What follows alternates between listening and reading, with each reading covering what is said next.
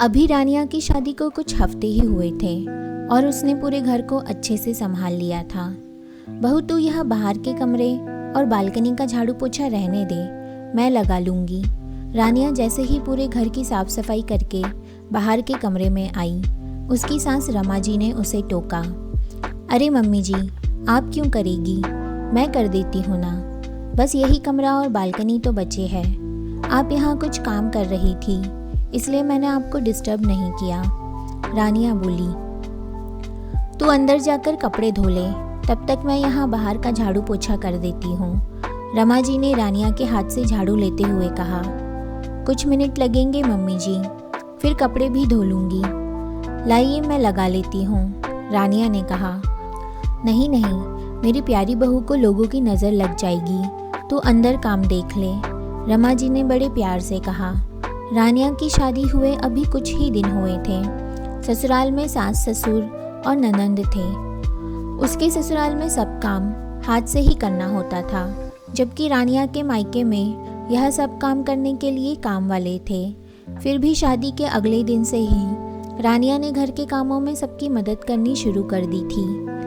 लाओ भाभी, बाहर बालकनी में मैं कपड़े सुखा देती हूँ। रानिया जैसे ही ढेर सारे कपड़े धोकर उठी, उसकी ननंद काव्या ने धुले हुए कपड़ों की बाल्टी लेने के लिए हाथ बढ़ाया। अरे दीदी, मैं सुखा दूंगी ना, बस हो ही गया है, आप कुछ और काम देख लीजिए, रानिया बोली।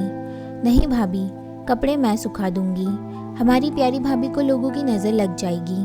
आपको कुछ काम करना ही है ना, तो ठीक है, आप बर्तन मांज लीजिए, काव्या ने बड़े प्यार से कहा।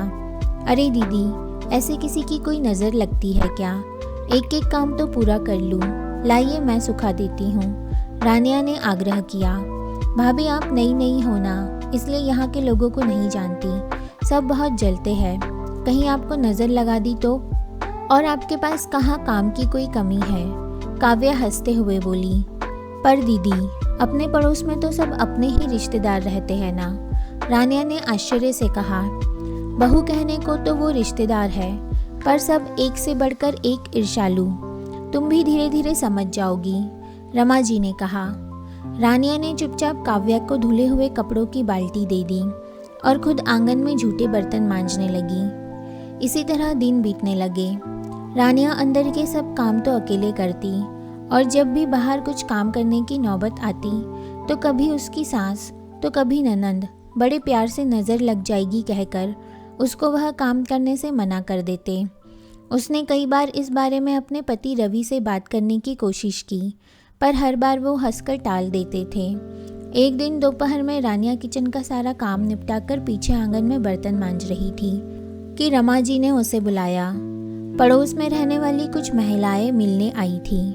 उसने उनके पैर छुए तो उन्होंने उसे ढेर सारा आशीर्वाद दिया और कहा, बैठो बहुरानी, लगता है तुम आराम कर रही थी और हम आ गए।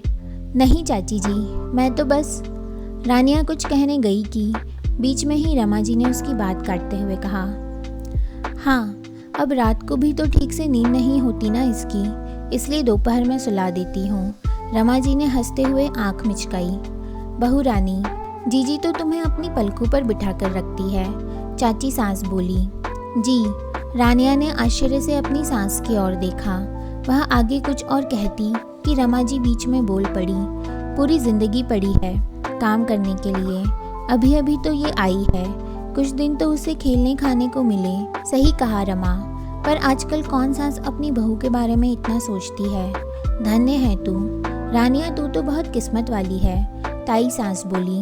मैं तो हमेशा से ही इसको बोलती हूँ कि यही दिन है आराम करने के, फिर तो एक बार घर गृहस्थी में लग जाएगी तो कहाँ का आराम, अभी तो वैसे भी मेरे साथ काव्या पूरा काम संभाल ही लेती है, रमा जी मुस्कुराते हुए बोली। यह सुनते ही रानिया स्तब्ध रह गई। वह कुछ कहती इससे पहले ही रमा जी फिर बोल उठी, अच्छा बेटा, जा अपने हाथ से बढ़िया सी चाय बना ला, सबको अच्छा लगेगा कि बहू ने खुद उनके लिए चाय बनाई है, देख चाय पत्ती शक्कर के डिब्बे वहीं रखे हैं, काव्या जा भाभी की मदद कर दे। रमा जी ने ऐसा दिखाया जैसे रानिया को किचन के बारे में कुछ पता ही नहीं है।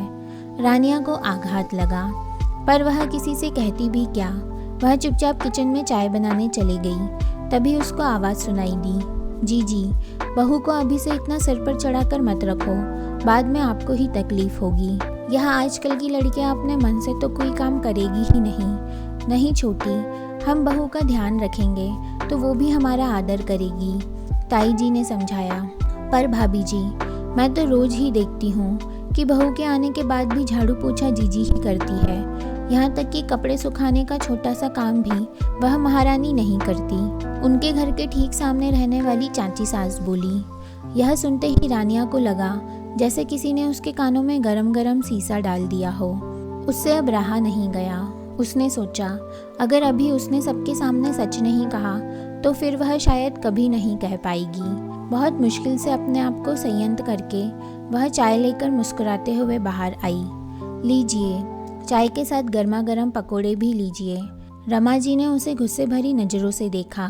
अरे वाह, तुम तो बहुत होशियार हो बहू, चाय के साथ पकोड़े भी ले आई, ताई सास ने मुस्कुराते हुए कहा। हाँ, काव्या ने बनाए होंगे। रमा जी से रहा नहीं गया। उन्हें शुरू से ही यह डर था कि संपन्न घर से आई रानियां सबकी चहेती ना बन बैठे, और यही होने जा रहा था। नहीं मम्मी जी, मैंने ही बनाए हैं, हमेशा की तरह। आपको मेरे हाथ के पकौड़े बहुत पसंद आए ना? रानिया ने अपने शब्दों पर जोर देते हुए कहा। अरे वाह, तब तो फिर खाने ही पड़ेंगे, चाची सास ने कहा, और जल्दी से सारे पकौड़े खत्म हो गए। सच में बहुत ही स्वादिष्ट बने थे बहू, तेरे हाथ में तो जादू है, ताई सास ने तारीफ करते हुए कहा। धन्यवाद ताई जी, जब भी आपका मन हो आ जाइए, मैं और बना दूंगी, पर आप मुझे नज़र तो मत लगाइए, रानिया ने मुस्कुराते हुए कहा। अरे बेटा, अपनों की भी कोई नज़र लगती है भला? ताई जी ने यथासंभव सामान्य रहते हुए कहा। आप लोगों की लगती है ना ताई जी? क्यों मम्मी जी, मैं ठीक कह रही हूँ ना? रानिया ने अर्धपूर्ण नज़रों से रमा जी की ओर देखा।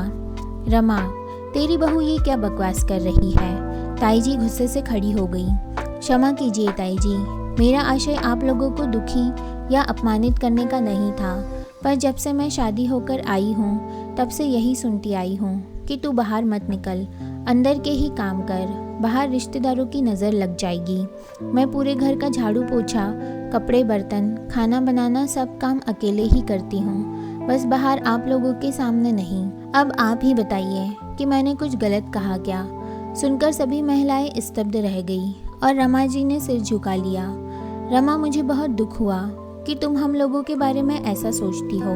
अपने रिश्तेदारों के प्रति बहू के मन में गलत भावना भरोगी तो वह किसी से कैसे संबंध निभा पाएगी? दुखी स्वर में ताई जी ने कहा। देख रमा, मैंने हमेशा तुझे अपनी छोटी बहन माना है, इसलिए तुझे यह सब समझा रही हूँ। बहू तो बेटी के समान होती है, उसके साथ शुरू से जैसा व्यवहार करोगी वैसा व्यवहार उससे भी पाओगी, ताई जी बोली। मुझे माफ़ कर दीजिए भाभी जी, रमा जी रुआसी हो गई। माफ़ी तुम्हें रानिया से मांगनी चाहिए, और हाँ, हमें इतना सम्मान देने के लिए धन्यवाद, व्यंग से कहते हुए ताई जी एवं सभी महिलाएं चली गई और रमा जी सिर झुकाए चुपचाप खड़ी रह गई। रमा जी ने रानिया से माफ़ी मांगी। बेटा, मुझे माफ़ कर दे, मैंने अच्छा नहीं किया। रानिया ने सास को गले लगा लिया, बोली, मम्मी बस अब सारे गिले शिकवे खत्म, अब हम सास बहू नहीं, माँ बेटी बनकर रहेंगे। तो दोस्तों, आशा करती हूँ कि आज की ये कहानी आप लोगों को ज़रूर पसंद आई होगी। आपकी इस कहानी पर क्या राय है, हमें कमेंट में प्लीज़ बताइए। और अगर आपको कहानी अच्छी लगी हो तो प्लीज़ इसे लाइक कीजिए और हमारे चैनल को सब्सक्राइब कीजिए। तो मैं आपसे मिलती हूँ अगली कहानी में, तब तक के लिए बाय बाय।